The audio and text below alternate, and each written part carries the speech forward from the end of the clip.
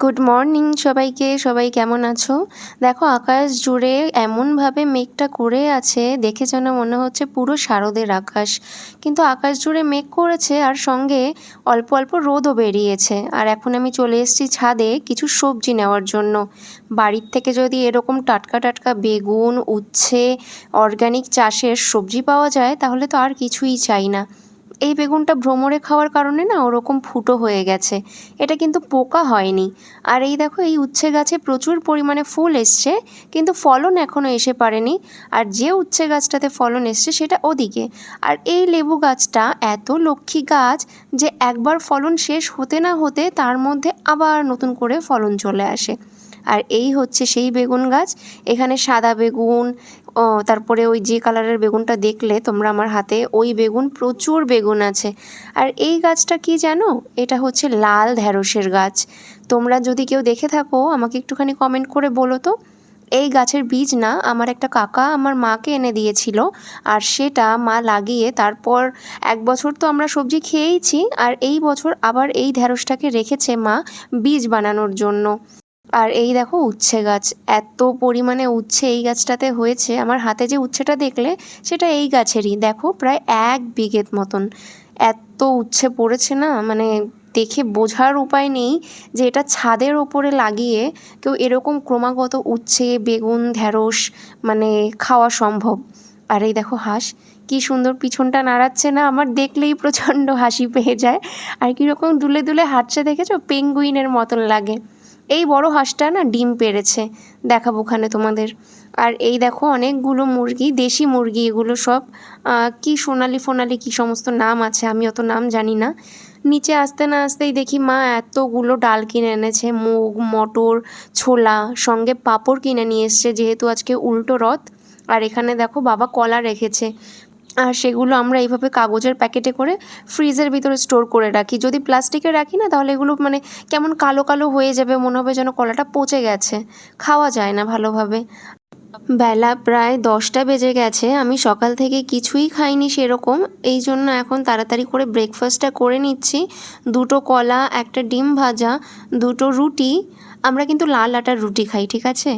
আর সঙ্গে খাচ্ছি ঘরে বানানো টমেটো কেচাপ আর কাসুন্দি। আর এখানে দেখো ছাদ থেকে যে বেগুন তুলে নিয়ে এসেছি সেই বেগুনের সাথে একটু আদা রসুন বাটা দিয়ে, পেঁয়াজ কুচি আর আলু কুচি দিয়ে এইভাবে মশলা দিয়ে বেগুনটাকে মাখা মাখা করে রান্না করে নিচ্ছি, বেশ একটু ভাজা ভাজা করে। আর মা এই লাউটা নিয়ে এসেছিলো 2 দিন আগে, কিন্তু সময়ের অভাবে না খাওয়া হচ্ছে না কিছু করা হচ্ছে। দেখো এত শক্ত হয়ে গেছে বীজটা, দেখো ছুটে কোথায় চলে গেল, বুঝতেই পারছো কী পরিমাণে শক্ত হয়ে গেছে। এটাকে এইভাবে ঘষে ছাড়া এটাকে তরকারি করে নর্মালি খাওয়া যাবে না, তাহলে প্রেশার কুকারে রাখতে হবে। আর ডেলি ডেলি প্রেশার কুকারে রান্না খাওয়া এটা স্বাস্থ্যের জন্য বেশি একটা ভালো নয়, তাই এই রকমভাবে রান্না করে নিলাম।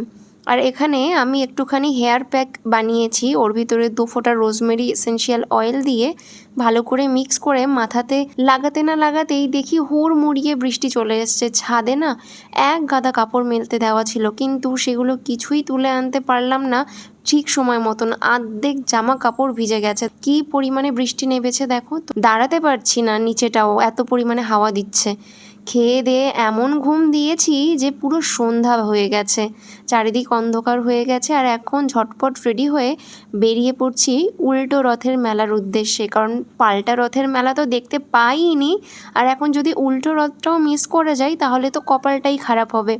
কিছু দূর যেতে না যেতেই দেখা হয়ে গেল জগন্নাথ, বলরাম, সুভদ্রার সঙ্গে। আর এখন এইখানে প্রচুর মানুষ লাইন দিয়ে দাঁড়িয়ে পাঁপড় খাচ্ছে। এখানে ফ্রিতে পাঁপড় খাওয়ানো হয়, বাট এত পরিমাণে লাইন দেখে মনে করলাম যে বাড়িতে গিয়ে ভেজে খাবো, সেটাই অনেক বেস্ট হবে। আর এখানে দেখো প্রচুর পরিমাণে গাছ এগুলো উঠেই থাকে। এখানে চলছে প্রসাদ বিতরণের পালা, মানে যে রথের মেলাতে আমরা এসেছি সেই রথের মেলার প্রসাদ বিতরণ। এই যে লম্বা লাইনটা দৃশ্যমান হচ্ছে, এই লাইনটা কিন্তু এই প্রসাদের জন্যই লোকে দিয়েছে। এই লাইনটা দুটোভাবে গেছে, মানে রাস্তার উপর থেকে লম্বা লাইন করে ব্যারিকেডের ভিতর থেকে লাইন দিয়ে তারপরে তুমি এন্ট্রি পাবে প্রসাদ খাওয়ার জন্য। তো অত রিস্ক না নিয়ে বাবা আমি চললাম কিছু কেনাকাটার উদ্দেশ্যে। এই সিরামিকের পোলটা আমার খুব পছন্দ হয়েছিল, কিন্তু অত্যন্ত ভারী। এই কারণে না আমি নিলাম না। মানে ভারী সিরামিকের জিনিস সেরকম একটা ভালো হয় না ইউজের ক্ষেত্রে, মানে হ্যান্ডি হয় না অ্যাকচুয়ালি। একটুখানি ঘুগনি কিনেছিলাম খাবো বলে, কিন্তু এত পরিমাণে নুন দিয়ে ফেলেছে কাকু যে ঠিক মতন আর খেতেই পারলাম না।